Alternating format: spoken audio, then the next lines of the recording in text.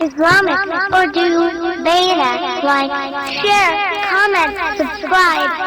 نحمده ونصلي على رسوله الكريم اما بعد بسم اللہ الرحمن الرحیم۔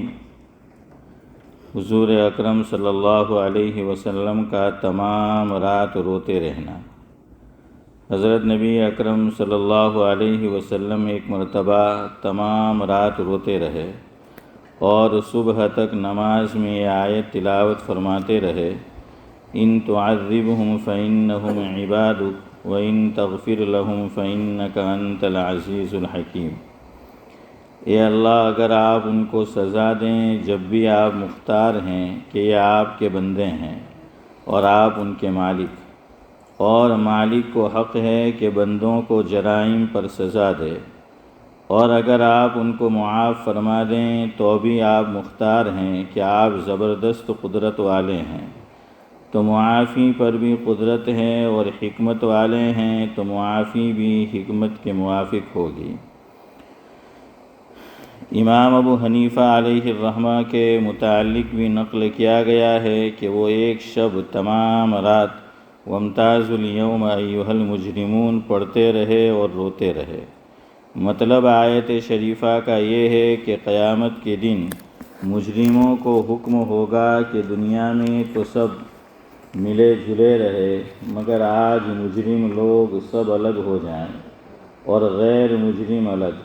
اس حکم کو سن کر جتنا بھی رویا جاوے تھوڑا ہے کہ نہ معلوم اپنا شمار مجرموں میں ہوگا یا فرما برداروں میں۔ حضرت ابو بکر رضی اللہ عنہ پر اللہ تعالیٰ کا ڈر۔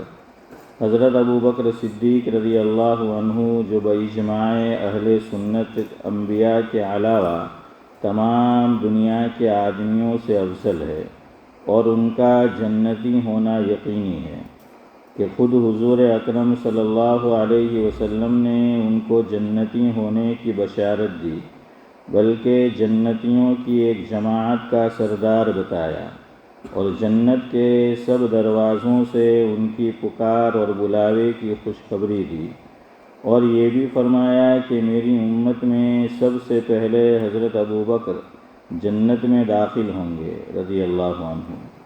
اس سب کے باوجود فرمایا کرتے تھے کہ کاش میں کوئی درخت ہوتا جو کاٹ دیا جاتا، کبھی فرماتے کاش میں کوئی گھاس ہوتا کہ جانور اس کو کھا لیتے، کبھی فرماتے کاش میں کسی مومن کے بدن کا بال ہوتا۔ ایک مرتبہ ایک باغ میں تشریف لے گئے اور ایک جانور کو بیٹھا ہوا دیکھ کر ٹھنڈا سانس بھرا اور فرمایا کہ تو کس قدر لطف میں ہے کہ کھاتا ہے، پیتا ہے، درختوں کے سائے میں پھرتا ہے، اور آخرت میں تجھ پر کوئی حساب کتاب نہیں۔ کاش ابو بکر بھی تجھ جیسا ہوتا۔ ربیعہ اسلمی رضی اللہ عنہ کہتے ہیں کہ ایک مرتبہ کسی بات پر مجھ میں اور حضرت ابو بکر میں رضی اللہ عنہ کچھ بات بڑھ گئی، اور انہوں نے مجھے کوئی سخت لفظ کہہ دیا جو مجھے ناگوار گزرا۔ فوراً ان کو خیال ہوا، مجھ سے فرمایا کہ تو بھی مجھے کہہ دے تاکہ بدلہ ہو جائے۔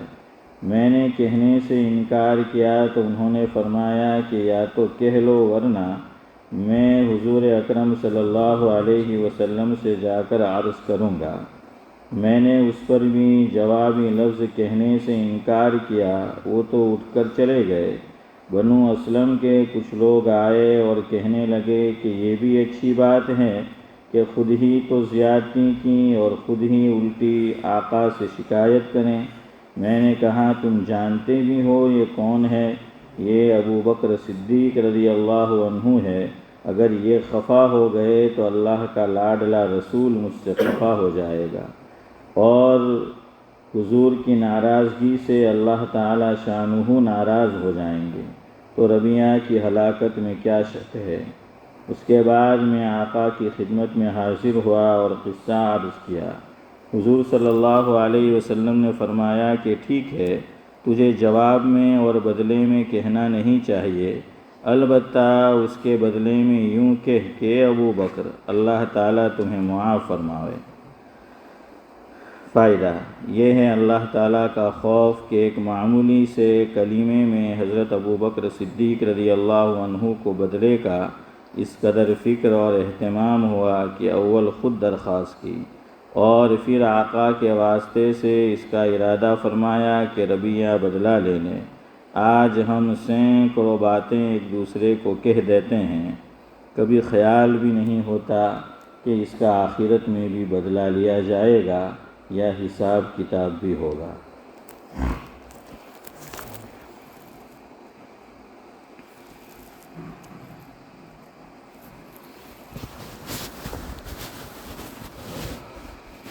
بزرگان محترم،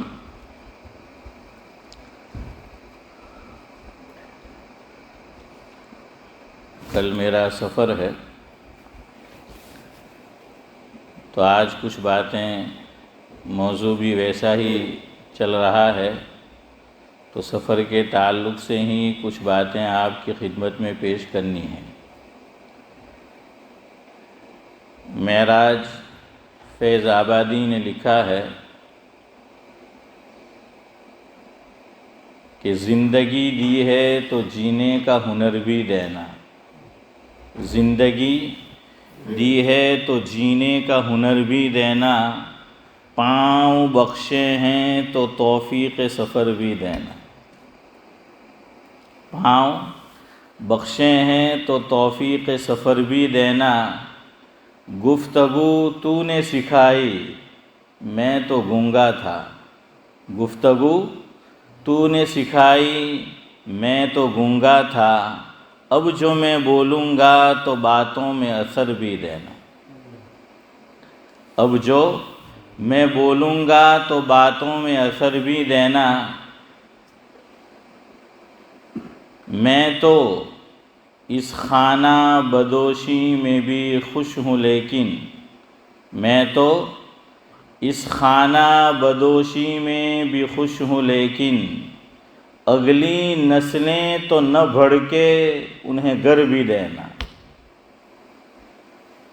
شیخ زمن، اب تو ضرورت ہے اس ملک میں، اب تو شادی کے لیے رشتہ آتا ہے، پیغام آتا ہے تو پہلا ہی سوال لڑکی والوں کی طرف سے یہی ہوتا ہے کہ بھائی دلہا جو بننے والا ہے اس کے پاس گھر ہے کہ نہیں؟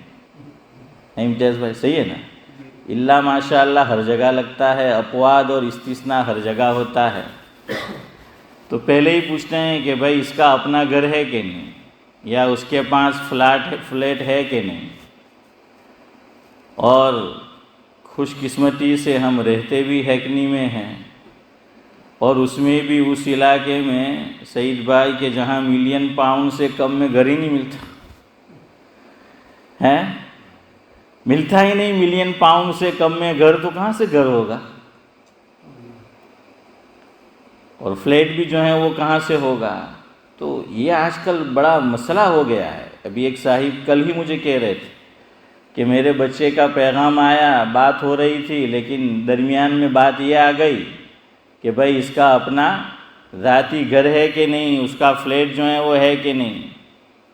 تو شاید معراج فیض آبادی نے ہماری اولاد یا اولاد کی اولاد کے لیے ہی کہا ہو کہ آج فٹ ہو رہا ہے کہ میں تو اس خانہ بدوشی میں بھی خوش ہوں لیکن اگلی نسلیں تو نہ بھڑکے انہیں گھر بھی دینا۔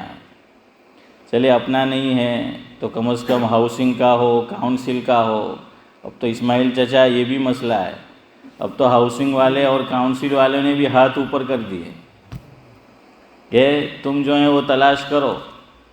تو واقعی میں بڑا مسئلہ ہو رہا ہے، رشتے کے اندر بڑی رکاوٹ یہی گھر یہ بن رہا ہے کہ پہلے گھر پھر گھر والی، ہے نا اشرف بھائی؟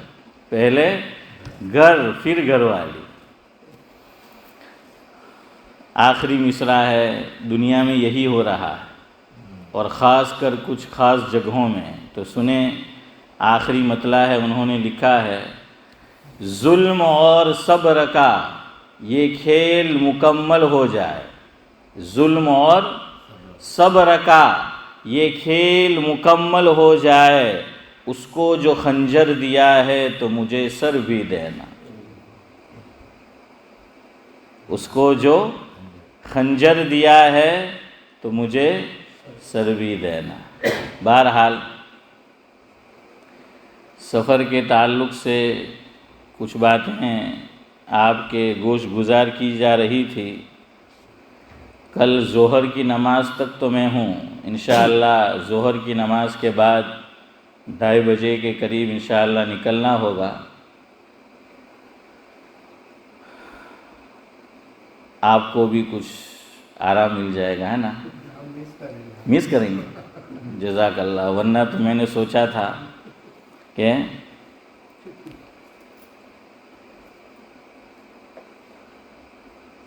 ایک عرصے سے ہم کھڑے آپ کے در پر ہے، ایک عرصے سے ہم کھڑے آپ کے در پر ہے، اور مسلط آپ کے سر پر ہے، اور مسلط آپ کے سر پر ہے۔ ہم میں تو کوئی خوبی نہیں ہے لیکن، ہم میں تو کوئی خوبی نہیں ہے لیکن آپ سمجھتے ہیں کہ ہم آپ کے رہبر ہیں۔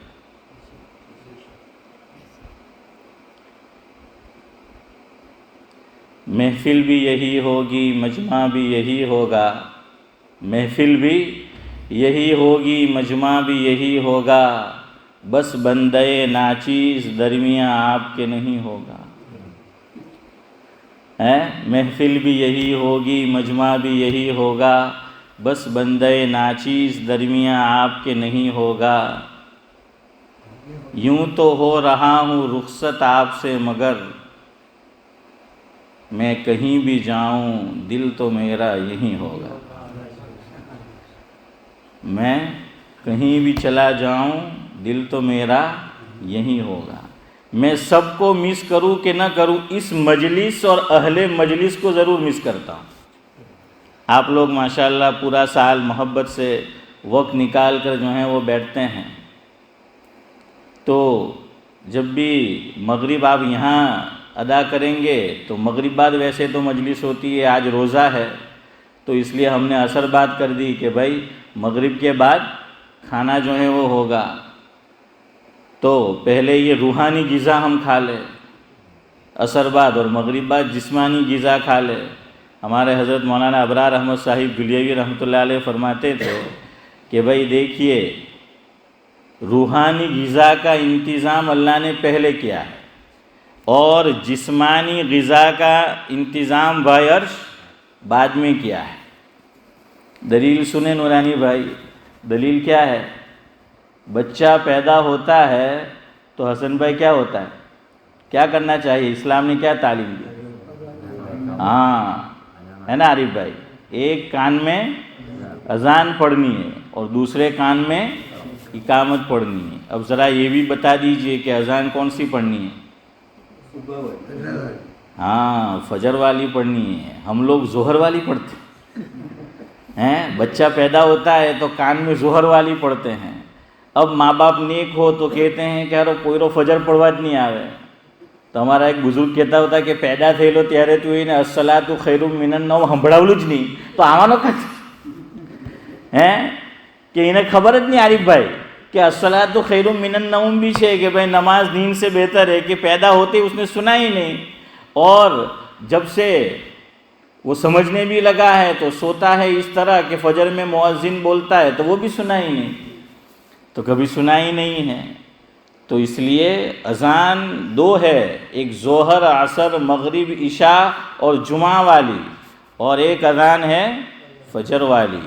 اور علماء نے لکھا ہے کہ اذان کامل فجر والی اذان۔ ہاں آج تو ہمارا ساتھی افضل ویرسڈن سے آیا ہے، نژدن سے، ہمارے گاؤں کا بھی ہے اور دوست بھی ہے ہمارا، تو اور محمد بھائی بھی ہے اس کے ساتھ۔ تو بہرحال اذان کامل پڑھنی ہے۔ اذان کامل کون سی؟ فجر والی، یاد رکھو، اور اپنے گھر والوں کو، اپنی اولاد کو، اولاد کی اولاد کو بتاؤ کہ بھائی جب اذان پڑھو، بچہ ہو یا بچی پیدا ہو، تو ظہر عصر مغرب عشاء اور جمعہ والی اذان نہیں، بلکہ کون سی پڑھنی ہے؟ فجر والی اذان اس کے کان میں پڑنی ہے.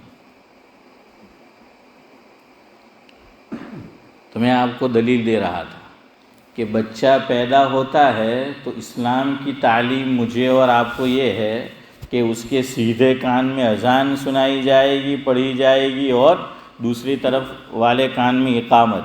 یہ روحانی غذا ہو گئی. کیسی ہو گئی؟ روحانی غذا. اس کے بعد دوسرا مرحلہ ہے، بہت سارے لوگ اس سنت پہ عمل نہیں کرتے، اور عمل اس لیے نہیں کرتے کہ وہ جانتے ہیں اور عمل نہیں کرتے، نہیں، وہ جانتے ہی نہیں. بہت سے لوگ یہ دوسری سنت کہ آقا نے جس کو کئی مرتبہ انجام دیا ہے اور صحابہ کرام کو تعلیم دی، ہم اس میں سستی کر جاتے ہیں چونکہ معلوم ہی نہیں. وہ ہے تحنیک. کیا ہے؟ تحنیک. جو بھی بچہ پیدا ہو دوسرا کام یہ کرنا ہے. پہلا کام یہ کرو، اس کے سیدھے کان میں اذان پڑھو، اس کے دوسرے طرف کان میں اقامت جو ہے وہ دو. یہاں ایک مسئلہ اور یاد رکھو، نماز والی جو اذان ہے وہ تو عورت نہیں پڑھ سکتی. اگر عورت نے اذان پڑھ دی حسن بھائی تو واپس دہرانی پڑے گی. یاد رکھو، کبھی سفر میں جاؤ تو بیوی سے اتنے بھی مت دبو کہ اس کو کہو کہ اذان بھی تجھ دے. نے اتنا بڑا بھی فرما بردار نہ થઈ جاتا کہ بھئی جماعت نماز بھی تجھ پڑھ لیں، امام بھی تجھ ہیں. ہاں، تو یہ اشرف بھائی نہیں چلے گا.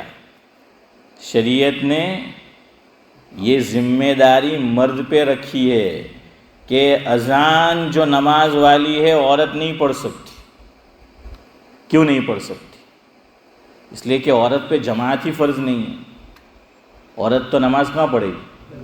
اپنے گھر کے اندر جو ہے وہ پڑھے گی. نمبر ایک، اگر گھر میں بھی ہم جماعت کریں تب بھی عورت نہیں پڑھے گی، چونکہ ہے ہی نہیں اس پہ جماعت. گھر میں بھی ضروری، ٹھیک ہے وہ ہمارے ساتھ شامل ہو جائے، جماعت ہے ہی نہیں عورت پر. نمبر دو، عورت کی آواز بھی سطر ہے. سطر کا معنی پردہ. عورت کی آواز بھی کیا ہے؟ پردہ ہے. اور اذان کا معنی ہے اعلان کرنا. اس لیے علماء نے یہ لکھا ہے کہ مؤذن، یہ تو اس دور کی بات ہے جب مائک نہیں آئے تھے، اب تو مائک آ گئے ہیں، مائک سسٹم ہے، کہ جو آدمی جہری الصوت ہو، کہ جس کی آواز کیا ہو؟ بڑی ہو، بلند ہو، اسے مؤذن بناؤ، اس سے اذان دلواؤ تاکہ اس کی آواز دور تک پہنچے. لیکن یہ بچہ جو پیدا ہوتا ہے اس وقت جو اذان پڑھنی ہے یہ اصل میں تلقین ہے. یہ کیا ہے؟ تلقین ہے. کس کی تلقین ہے؟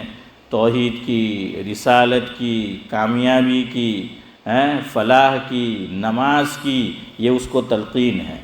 اسی لیے علماء نے دونوں میں جوڑ بٹھایا ہے کہ جب مرد ہو یا عورت مسلمان ہے اور اس کا آخری وقت ہو تو اس کے سامنے بیٹھ کر کیا کرنا ہے؟ تلقین کرنی ہے. اب ذرا آپ یہ بھی مجھے بتا دیجئے، زور سے بولی ہو شیخ زمن، تلقین میں کیا الفاظ کہلوانے ہیں اس سے؟ یعنی اس پہ جبر نہیں کرنا ہے. ہم تلقین کا معنی یہ ہوتا ہے کہ بھئی ہم وہ عمل کرتے جائیں گے اور وہ بھی سن کر ہم سے وہ چیز کرنے لگے. تو کوئی آدمی قریب المرگ ہو، دنیا سے جانے کے قریب ہو، تو اس کے سامنے بیٹھ کر ایک تو سورہ یاسین شریف کی تلقین پڑھنا ہے، اور جو تلقین کرنی ہے وہ کس کی؟ کریمے کی. پڑھو. کتنے کی؟ پڑھو پورا. اشہد ان لا الہ لا الہ الا اللہ محمد الرسول اللہ. ہاں، اسی لیے میں نے آپ سے بلوایا.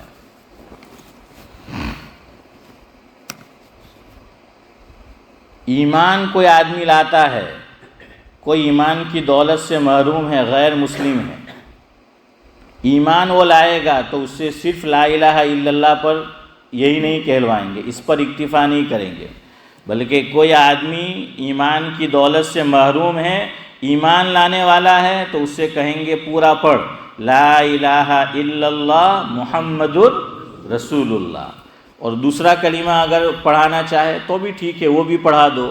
اس کے بعد اگر آپ کو ایمان مجمل پڑھانا ہے وہ پڑھا دو، ایمان مفصل آپ کو پڑھانا ہے وہ پڑھا دو۔ سنو، کوئی آدمی مسلمان ہونا چاہے، ایمان کی دولت سے وہ محروم ہے، تو ہم لوگ چونکہ یہ کام کبھی کیا نہیں ہوتا یا کبھی دیکھا نہیں ہوتا، تو ہم لوگ سوچ میں پڑ جاتے ہیں کہ یار اس کو مسلمان کیسے کریں۔ نمبر 1 تو طریقہ سیکھ لو، صرف آپ نے اس کو پہلا کلمہ پڑھوا دیا کہ تو میرے ساتھ ساتھ پڑھ لا الہ الا اللہ محمد الرسول اللہ، اور انگلش جانتا ہے تو انگریزی میں اس کو میننگ بھی سمجھا دو کہ بھائی لا الہ الا اللہ کا کیا میننگ ہے، محمد الرسول اللہ کا کیا میننگ ہے۔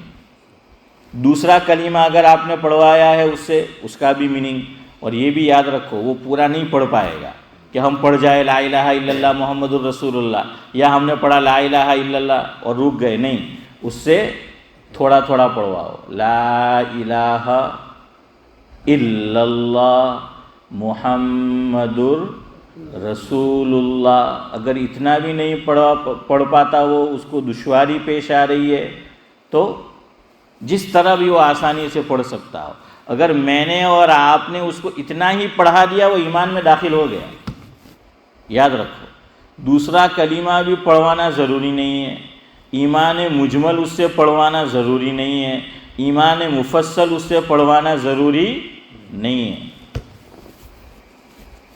صرف پہلا کلمہ۔ ہاں اگر کوئی پڑھا دیتا ہے یہ چاروں چیز ٹھیک ہے، اس لیے کہ ایمان مجمل تو اس میں مجمل ایمان کا بیان ہے کہ بھائی ایمان کیا چیز ہے، ایمان مفصل تو اس کے اندر نورانی بھائی کیا ہے، اس کا مفصل بیان ہے، تفصیلی بیان ہے کہ بھائی ایمان کسے کہتے ہیں، موٹی موٹی چیز جو ہے وہ کیا ہے، سمجھ آیا؟ اسے یہ بھی مت کہو کہ غسل کر کے آ، اس لیے کہ ہر بار یہ ممکن نہیں ہوتا۔ ہاں بعد میں سمجھا دو کہ تو ایمان لے آیا ہے، تجھ پہ پہلا فرض جو عائد ہوتا ہے وہ نماز ہے۔ توحید و رسالت کے بعد سب سے پہلا عمل جو انجام دینا ہے مومن کو وہ نماز ہے، اور قرآن کریم نے بھی یہی ترتیب بتائی۔ سورہ بقرہ آیت نمبر 3، اس میں اللہ رب العزت ارشاد فرماتے ہیں الذین یؤمنون بالغیب ویقیمون الصلاۃ۔ تو ایمان کا بیان ہو گیا کہ غیب پر ایمان رکھو اور نماز کو قائم کرو۔ تو اب اسے بتاؤ کہ بھائی تو ناپاک ہے اور نماز پاکی کے بغیر نہیں ہوتی۔ اگر وہ تازہ غسل کر کے آیا ہے اسی وقت تو پھر اس کو غسل کروانے کی بھی ضرورت نہیں کہ کوئی گندگی اس کو لگی ہوئی نہیں ہے۔ وہ لوگ چھوٹا اور بڑا استنجا کرتے ہیں تو ہماری طرح پاکی حاصل نہیں کرتے، تو ہو سکتا ہے کہ بدن پاک نہ ہو اس لیے، لیکن وہ تازہ غسل کر کے آیا ہے، بعد میں کہتا ہے کہ ایمان لاؤ، تو اب کوئی ضروری نہیں ہے۔ اگر پھر بھی وہ کرنا چاہے ٹھیک ہے، تو یہ پابندی مت رکھو۔ دوسری بات یاد رکھو، حضرت تھانوی رحمۃ اللہ علیہ نے لکھا ہے، مفہوم یہ ہے کہ کوئی مسلمان ہونا چاہے تو پورے اسلامی احکام اسی وقت اس کے سامنے کھول کے مت رکھ دو کہ تجھے ایمان لانے کے بعد یہ بھی کرنا ہے، یہ بھی کرنا ہے، یہ بھی کرنا ہے، یہ بھی کرنا ہے، یہ بھی کرنا ہے۔ وہ ڈر جائے گا، کمزور جگر کا آدمی ہوگا، ڈر جائے گا کہ یار اتنی ساری چیزیں عارف بھائی میں کیسے کروں گا ایمان لانے کے بعد، تو وہ کان پکڑے گا کہ یار مجھے ایمان نہیں لانا، یا کہے گا کہ میں بعد میں آؤں گا۔ دھیرے دھیرے ہولے ہولے آہستہ آہستہ جو ہے اس کو وقتاً فوقتاً سمجھا دینا۔ ہاں نماز کا بول دو، فی الحال اسے نماز کا سمجھاؤ، وضو کا سمجھاؤ، اور پاکی ناپاکی موٹی موٹی باتیں سکھا دو۔ اسے یہ بھی نہیں پوچھنا ہے کہ تو نے یہ کی کہ نہیں، سمجھ آیا؟ ختنہ اس کو ڈرانا نہیں ہے، بعض لوگ سمجھتے نہیں ہیں، اس کو کہتا ہے کہ بھائی ایمان لانا ہے تو کہ ختنہ کرانی پڑے گی، اب وہ 20 سال کا، 30 سال کا، 40 سال کا ڈرتا ہے کہ چمڑی کٹوانا کوئی آسان ہے بڑی عمر میں؟ عارف بھائی آسان ہے؟ ہاں، بلکہ علماء نے اس میں گنجائش دی ہے کہ بڑی عمر والا ہے، وہ ڈر رہا ہے اور وہ کہتا ہے مجھے ختنہ نہیں کرانا، کوئی بات نہیں، رہنے دے. اور اس کی ایک دلیل یہ بھی دی ہے اس میں علماء نے، جہاں گنجائش دی جن علماء نے، وہ کہ ختنہ کرنا سنت ہے. اسی لیے ختنہ کو امتیاز بھائی ہم ایک لفظ کیا بولتے ہیں؟ تو کہ آج ہمارا پوترو دیکھا تو نہیں کہیں گے تو کہ سنت کراوا لے گیا ہے نا سعید بھائی، بولتے ہیں نا، تو کہ سنت کراوا ہم کے لے گیا، تو اس کو سنت بھی بولتے ہیں. تو ہاشم بھائی یہ ختنہ کرانا سنت اور سطر کا چھپانا واجب. سطر کا چھپانا واجب. درجہ کس کا بڑا ہے؟ واجب کا بڑا ہے نا. ہاں تو ختنہ کریں گے تو سطر پہ نظر پڑے گی، سطر جو ہے وہ دیکھنا پڑے گا. اگر وہ کرانا چاہے تو کرائے، اس کو پوچھے، لیکن نہ کرانا چاہے تو علماء نے یہ 2 دلیل دی ہے اور کہا کہ بھائی رہنے دے اس کو بڑی. اسی لیے تو ہم چھوٹی عمر میں کرا لیتے ہیں ختنہ، ہے نا، تاکہ کم سے کم لڑکے کو بھائی عرش کیا ہو، وہ تکلیف ہو. اس لیے تو جو ہے وہ بچپن میں کراتے. خیر ایک تو یہ بات یاد رکھو، جلدی جلدی انشاءاللہ 35 تک ختم کرتے ہیں بات. کیا بج رہا ہے؟ ہاں 8:40 کو ہے نا. ہاں یہ ضروری چیز ہے، خاص کر اس ملک میں کہ لوگ ایمان لانا چاہتے ہیں، ہم بہت دیری کرتے ہیں. دوسری کمزوری، کوتاہی، غلط فہمی ہمارے اندر یہ ہے کہ کوئی ہمارے ساتھ کام کرتا ہے، کوئی ہمارا پڑوسی ہے یا کوئی بندہ ہمارے پاس لے کر آیا کہ بھائی اس کو مسلمان ہونا ہے، تو فوراً تم خود اسے کلمہ پڑھا دو. حضرت مولانا مفتی محمود حسن صاحب گنگوہی رحمۃ اللہ علیہ کے ملفوظات بنام ملفوظات فقیہ الامت چھپے ہوئے ہیں. اس میں حضرت نے کا یہ ملفوظ سعد اللہ صاحب موجود ہے. فرمایا کہ تمہارے پاس کوئی آدمی آیا، مان لو ابھی کہ 7:30 بجے آیا کہ مجھے مسلمان ہونا ہے، اور ہم اس سے یوں کہیں کہ بھائی تم مغرب کی نماز میں آ جائیے، تو کسی مولانا صاحب کے پاس یا کوئی دین کا جاننے والا ہے اس سے ہم کلمہ پڑھوا دیں گے. تو مفتی محمود حسن صاحب گنگوئی رحمۃ اللہ علیہ نے فرمایا مفہوم یہ ہے، کون گارنٹی دے سکتا ہے کہ اگلا 1 گھنٹہ یہ زندہ رہے گا کہ نہیں؟ موت کا کوئی بھروسہ ہے؟ شاعر کہتا ہے انسان ایک بلبلا ہے پانی کا، انسان ایک بلبلا ہے پانی کا، کیا بھروسہ ہے زندگانی کا. اور ہمارے حضرت یہ شعر پڑھا کرتے تھے، زندگی منٹ میں سیکنڈ میں ختم ہو جاتی ہے اس کے اوپر، کہ حضرت مولانا ابرار احمد صاحب جلیلی رحمۃ اللہ علیہ سناتے تھے، بے سود جلاتا پھرتا ہے سینے میں چراغ امیدوں کے. بے سود یعنی بے فائدہ. بے سود جلاتا پھرتا ہے سینے میں چراغ امیدوں کے، اس پر بھی کبھی غور کیا ہر سانس ہوا کا ایک جھونکا ہے. پہلے سعید بھائی کیا ہوتا، ہمارے یہاں دیوا ہوتا تھا نا، رات میں لائٹ جاتی تھی، دیوا چراغ، تو ہوا آئی گل، ہے نا. تو اسی طرح موت کا پیام آ گیا، سانس چل رہا ہے، بند ہوا، ختم. اس لیے یاد رکھو یہ مسئلہ، فوراً اس کو ایمان کلمہ پڑھا. دوسرا یہ بھی تو ہو سکتا ہے کہ ہم نے گھنٹے کے بعد بلایا، وہ اپنے کسی دوست کے پاس چلا گیا، کسی سے ملاقات ہوئی اور امتیاز بھائی اس نے اس کا برین کیا کر دیا، واش کر دیا کہ بھائی مت لاؤ، اس کا دماغ جو ہے اس نے چکرا دیا. اس لیے فوراً اسے کلمہ پڑھواؤ، فوراً. ٹھیک ہے وہ نماز کے وقت پہ ہی آیا ہے تو مجمع ہوگا، سب دعا کریں گے تو اس کے حق میں بہتر ہوگا، ہے نا. بلکہ حضرت تھانوی فرماتے تھے کہ اس کی آمین ہمارے لیے بہتر ہے. کیوں؟ اللہ اکبر. حضرت تھانوی کا دماغ شاہی دماغ تھا. ہاشم بھائی کیا فرمایا حضرت تھانوی نے؟ سنو، حدیث صحیح حدیث ہے کہ 3 کام ایسے ہیں، اللہ کے نبی صلی اللہ علیہ وسلم نے فرمایا کہ وہ 3 کام انجام دیتا ہے بندہ تو اس کے سارے پچھلے گناہ کیا ہو جاتے ہیں؟ معاف ہو جاتے ہیں. اس میں ایک چیز ہے ہجرت، دوسری چیز ہے ایمان لانا۔ تو ایک آدمی الاسلام یہدم ما کان قبلہ او کما قال علیہ الصلاۃ والسلام، یہ حضور کی حدیث ہے۔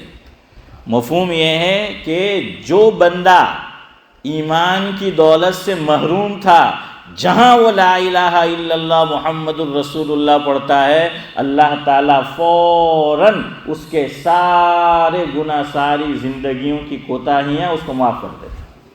اور آج تو سمجھنا بہت آسان ہے، کمپیوٹر میں ہم نے فولڈر بنایا ہے، اس میں ساری چیزیں سیف ہے۔ بھائی عرش، ڈیلیٹ کا ایک انگلی دباؤ، بٹن کرو، سارا ڈیٹا کیا ہے؟ غائب ہے نا۔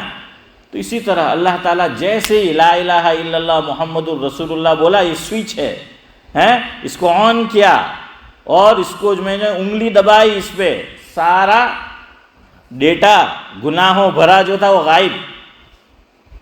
اور اب یہ بیٹا بالکل ایسا مسلمان ہے کہ جو معصوم ہے۔ تو حضرت تھانوی فرماتے تھے کہ اس کی آمین جو ایمان لایا اور تم دعا کرو گے اس کے لیے تو فائدہ مند ہے، تمہاری آمین سے اس کو نفع ہوگا، کوئی شک نہیں، لیکن جو نفع اس کی آمین سے تم کو ہوگا اتنا اس کو نہیں ہوگا۔ کیوں؟ وہ تو بے گناہ ہے نا، وہ تو بے گناہ ہے۔ اور اللہ تعالیٰ ایسی آمین کو اور ایسی دعا کو جو ہے وہ پسند کرتا ہے۔ اسی لیے ہمارے اکابر معمول تھا حضرت مولانا احمد علی لاہوری علیہ الرحمہ کا کہ جب بھی کھانے بیٹھتے تھے تو امتیاز بھائی اکیلے نہیں بیٹھتے تھے، اور صرف بڑوں کے ساتھ نہیں بیٹھتے تھے، باہر جا کر دیکھتے تھے کوئی چھوٹا بچہ کھیل رہا ہے کہ نہیں، اور کبھی حضرت کسی خادم کو بھیجتے کہ جاؤ دیکھو ہمارے کھانے کا وقت ہوا ہے، باہر کوئی بچہ جو نابالغ ہو وہ نظر آ جائے تو حافظ صاحب فرماتے تھے اسے لے آؤ، دسترخوان پہ بٹھاتے تھے، اسے کہتے تھے بیٹا کھانا شروع کر، اور پھر خود کھاتے تھے۔ کسی نے وجہ پوچھی کہ حضرت کیا وجہ ہے کہ آپ جو ہیں چھوٹے بچے کے بغیر عام طور پر کھاتے نہیں ہیں؟ تو حضرت نے فرمایا کہ چھوٹا بچہ معصوم ہے، اور معصوم کو اللہ تعالیٰ نے جو نعمتیں دی ہے ثم لتسألن یومئذ عن النعیم، وہ اس کا مکلف نہیں ہے، اس سے سوال نہیں ہوگا، یہ جو کھانا کھا رہا ہے اس سے سوال نہیں ہوگا۔ تو میں اس کو اس لیے شامل کرتا ہوں کہ اللہ کی کریم ذات سے اتنی تو میں امید رکھوں کہ جب اس سے سوال نہیں ہوگا تو جو لوگ اس کے ساتھ کھانے میں شامل ہے اس کھانے میں اور اس نعمت کے متعلق ان سے بھی سوال نہیں ہوگا۔ دوسرا عمل حضرت لاہوری علیہ الرحمہ یہ کرتے تھے، چھوٹے بچے سے یہ کہتے تھے کہ بیٹا میں دعا کرتا ہوں تو اس پہ آمین کہہ دینا۔ اور حضرت اور دعا کے ساتھ ہمیشہ ایک دعا اشرف بھائی یہ کیا کرتے تھے کہ بیٹا اللہ تعالیٰ مجھے حسن خاتمہ کی دولت سے مالا مال فرمائے، تم آمین کہہ دو۔ تو وہ آمین کہتا تھا، کیوں؟ اللہ تعالیٰ معصوم کی دعا جلدی جو ہے وہ قبول کرتا ہے۔ اسی لیے جب بارش نہ برس رہا ہو، صلاۃ استسقاء ادا کرنی ہو تو کیا کہا گیا؟ مونگے اور گونگے جانوروں کو بھی ساتھ لے کر جاؤ، بڑے بوڑھے سفید ریش سفید داڑھی والے ان کو بھی لے کر جاؤ، اور چھوٹے چھوٹے بچوں کو لے کر جاؤ۔ نماز میں آپ جانتے ہیں، دیکھیں ہم نے معصوم نام لیا اور معصوم بھائی حاضر ہو گئے، قبولیت کا وقت تھا۔ تو آگے سعید ہے، پیچھے معصوم ہے، درمیان میں عبدالسلام ہے، سلامتی ہی سلامتی۔ تو بہرحال ایک بڑا اہم نقطہ ذہن میں آیا تھا، نکل گیا، کیا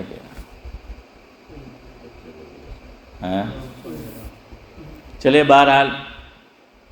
تو حضرت کیا فرماتے تھے کہ بھائی تم میری دعا پر کیا کہو، آمین جو ہیں وہ کہو تو اللہ تبارک و تعالیٰ مجھے کیا ہے حسن خاتمہ کی دولت سے مالا مال فرمائے۔ تو یہ ان کو فکر آخرت ہوا کرتا تھا۔ بہرحال بات کہیں سے، ہاں صلاۃ الاستسقاء یاد آ گیا، صلاۃ الاستسقاء۔ ابھی ہم جو نماز پڑھیں گے انشاءاللہ مغرب کی، اگر 4 چھوٹے بچے نابالغ آ جائے تو اسے کہاں کھڑے کریں گے؟ پہلی صف میں یا پیچھے؟ پیچھے کھڑا کریں گے نا۔ ہاں، اصل مسئلہ تو یہی ہے، یاد رکھو، بات نکلی ہے ایک بات، اور ایک مسئلہ اور سمجھ لو جب نکلی ہے تو۔ بچپن میں میرے ساتھ بھی ایسا ہوا ہے، یہ افضل کو بھی معلوم ہے، اس کے ساتھ بھی ہوا ہے۔ استاد جی مکتب میں اسماعیل چچا کیا کرتے تھے کہ 2 جماعت ہوتی تھی، بڑوں کی جماعت سے پہلے چھوٹوں کی جماعت ہو جاتی تھی مسجد میں، ہے نا، صحن میں، پیسیج میں، تاکہ ایک تو نظر پڑے کہ نماز میں کون کون آیا، دوسرا کہ استاد جی کی نگرانی میں یا اور ہوں وہ نماز ادا ہو، تاکہ یہ ہمارے حضرت جو نابالغ چھوٹے بچے ہوتے تھے، امتیاز بھائی ان کا نام رکھا تھا طوفان اینڈ کمپنی ہے، تو طوفان اینڈ کمپنی جو ہے تو وہ طوفان نہ کریں، اس لیے وہ سامنے نماز ادا ہو جائے، نمبر 1۔ نمبر 2، 4-5 طلبہ لیٹ آتے تھے شاگرد تو، اور نماز کھڑی ہونی ہے تو کیا کہتے تھے کہ تجھے وہ چھوٹی مسجد ہے 3-4 صف کی، تو کہتے تھے کہ صحن میں ادا کرنی ہے نا، وہ پیچھے جو ہے وہ کھڑا کر دیتے تھے۔ کیوں؟ مسئلہ یہی ہے، پہلے بڑوں کی جو ہے وہ صف بنے گی اور اس کے بعد چھوٹوں کی جو ہے وہ صف بنے گی، تو ان کو ہم پیچھے رکھتے ہیں فرض نماز میں۔ لیکن اگر اکا دکا ایک ہی بچہ ہے یا 2-3 بچے ہیں لیکن والد کے ساتھ، بھائی کے ساتھ آئے ہیں، نابالغ ہے، تو اب علماء نے مسئلہ یہ لکھا ہے کہ ان کو پیچھے مت کھڑا کرو، ورنہ ان کی نماز تو خیر فرض نہیں ہے، وہ تو بگڑی ہی، بڑوں کی نماز بھی بگاڑیں گے۔ اس لیے جو سرپرست ہے، جو ساتھ لے کر آیا ہے، وہ چھوٹے بچے کو کیا کرے؟ اپنے ساتھ کھڑا کر دے۔ ابھی عارف بھائی نے کہا کہ پہلی صف میں کونے میں، تو کھڑا کر سکتے۔ سنو، اگر اکیلا کوئی بچہ ہے اور اس کا باپ چھوٹا بچہ ہے تو اسے چاہیے کہ وہ پہلے سے کونے میں چلا جائے، لیکن یہ مسئلہ بہت سے لوگ نہیں جانتے۔ وہ باپ کے ساتھ جو ہیں، باپ نے کال باندھ دیا، نماز شروع کر دی، بیٹا بھی پڑوس میں، اس کو مسئلہ معلوم ہے، اب بڑے میاں پیچھے آئیں گے، دیکھیں ہیں پہلی صف میں نلو پوئرو، تو ہاتھ پکڑ کے اس کو پیچھے کھینچتے۔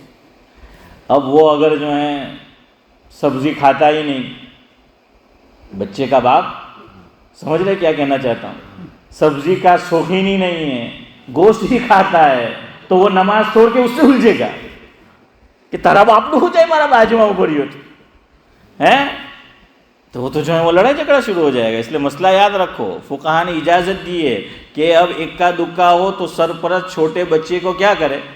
اپنے ساتھ، لیکن اتنے چھوٹے بچے کو لے کر نہ آئے کہ جو مسجد کے آداب سے واقف نہ ہو۔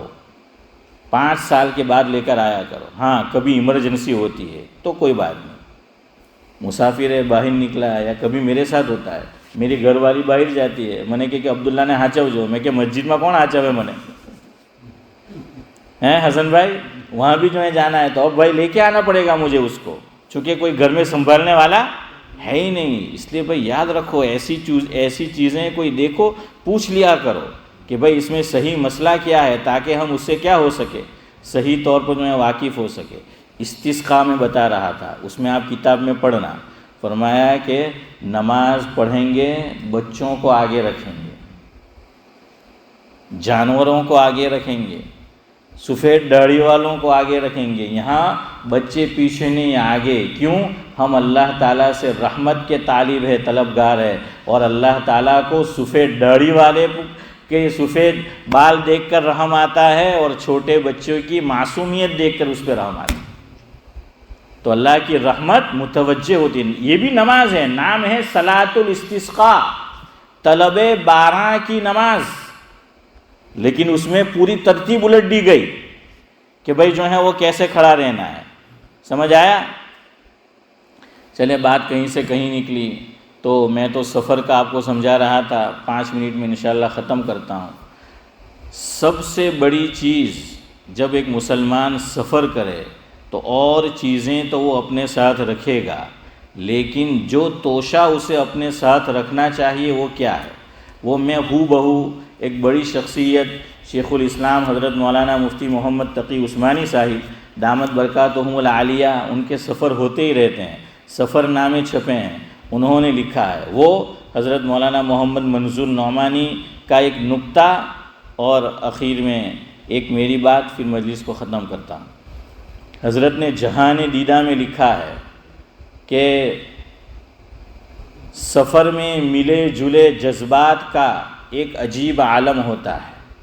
نمبر 1 وطن اور گھر والوں کی جدائی، نمبر 2 ان کی خیر و عافیت کی فکر، نمبر 3 منزل کی دوری کا احساس، نمبر 4 نئے ماحول اور نئے ملک کے بارے میں اندیشے، نمبر 5 واپس خیریت سے گھر پہنچنے کی آرزو۔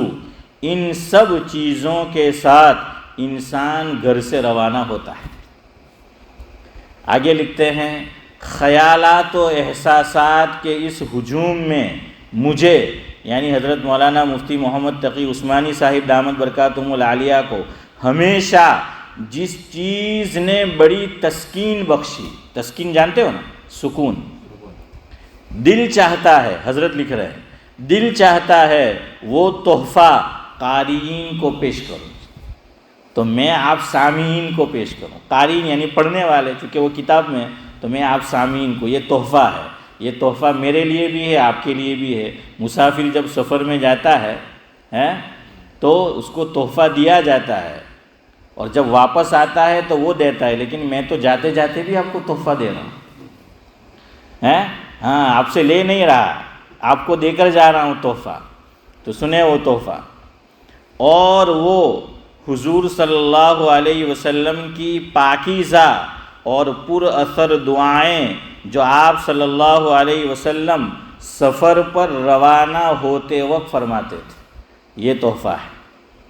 اور واقعہ یہ ہے کہ ایک مسافر کی ضروریات کا کوئی گوشہ یعنی کونا، ہاں، کوئی چیز ایسا نہیں ہے جو اس پر اثر الفاظ میں سمٹ نہ آیا۔ اور وہ دعا کیا ہے؟ جلدی جلدی پڑھ دیتا ہوں۔ نمبر 1 حضرت فرماتے ہیں، میں دنیا بھر میں سفر کرتا ہوں، مجھے بھی پریشانی ہوتی ہے، لیکن دل کو جو چیز سکون بخشتی ہے وہ حضور کا یہ تحفہ ہے، جو آپ صلی اللہ علیہ وسلم سفر میں نکلتے وقت اس کو پڑھا کرتے تھے۔ تو وہ دعا آپ جلدی جلدی۔ نمبر 1 اللہم انا نسألک فی سفرنا ھذا البر والتقوی ومن العمل ما ترضی۔ نمبر 1 میں میننگ بھی پڑھ دیتا ہوں تاکہ آپ کو پتہ چلے حضور نے کیا مانگا۔ اے اللہ، ہم اس سفر میں آپ سے نیکی کی بھیک مانگتے ہیں۔ دیکھیے، پہلی چیز حضور نے نیکی کی بھیک مانگی کہ سفر میں ہم کوئی گناہ نہ کر بیٹھے۔ آگے، اور ان اعمال کی جو تیری رضا کا باعث ہو۔ نمبر 2 اللہم ہون علینا سفرنا ھذا وَأَطْوِ لَنَا بُعْدَ۔ اس کا ترجمہ ہے، میننگ ہے، اے اللہ، اس سفر کو ہم پر آسان کر دے اور سفر کی طوالت کو مختصر کر دے، یعنی جو لمبا سفر ہے اس کو کیا کر دے؟ مختصر جو ہے وہ کر دے۔ تیسری دعا، اللہم انت الصاحب فی السفر والخلیفۃ فی الاہل والمال۔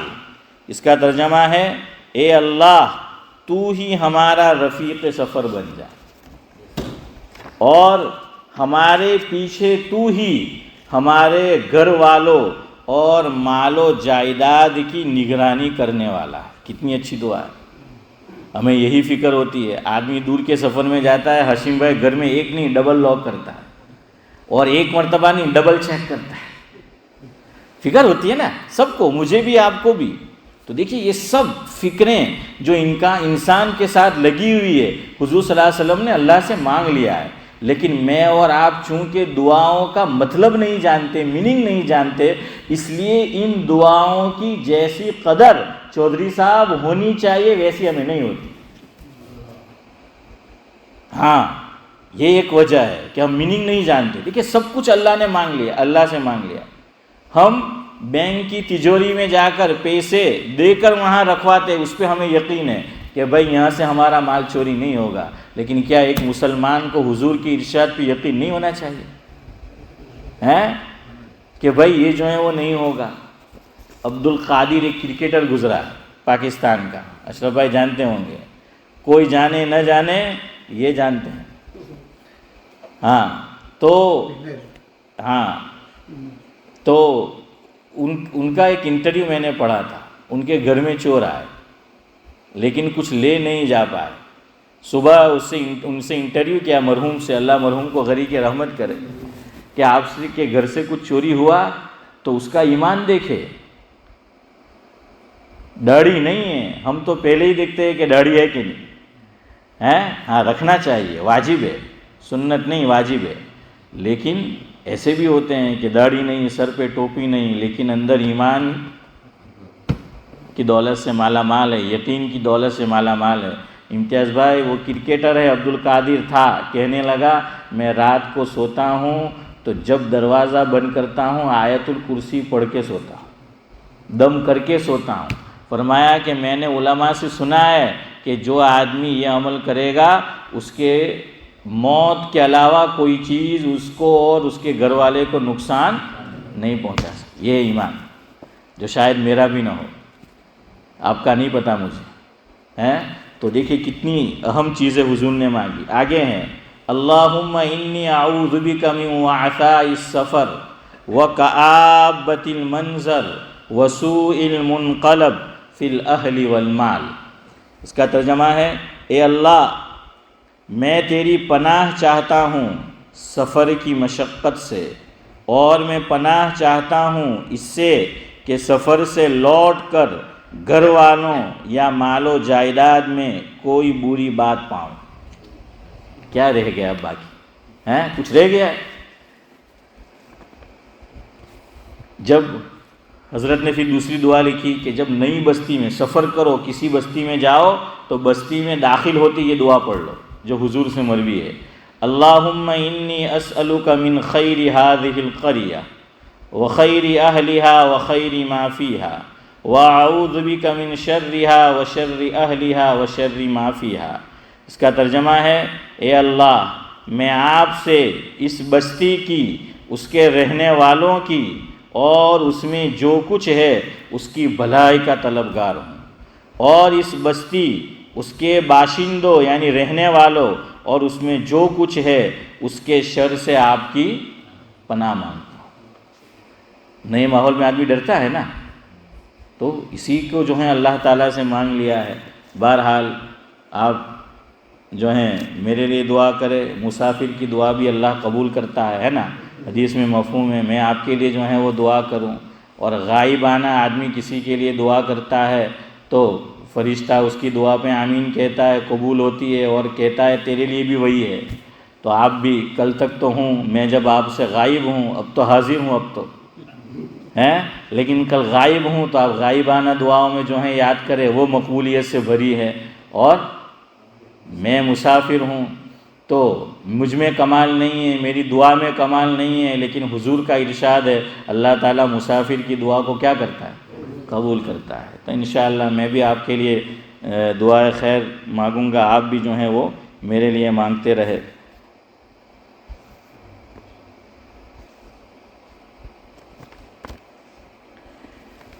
آخری بات اب تک آپ سے، کیا آپ میرے ہم سفر رہے، سفر جاری رہا، میری کسی بات سے، قول و فعل سے، کسی اشارے سے آپ کو تکلیف پہنچی ہو تو میں آپ سے 10 بستہ جو ہیں وہ معافی کا طالب ہوں.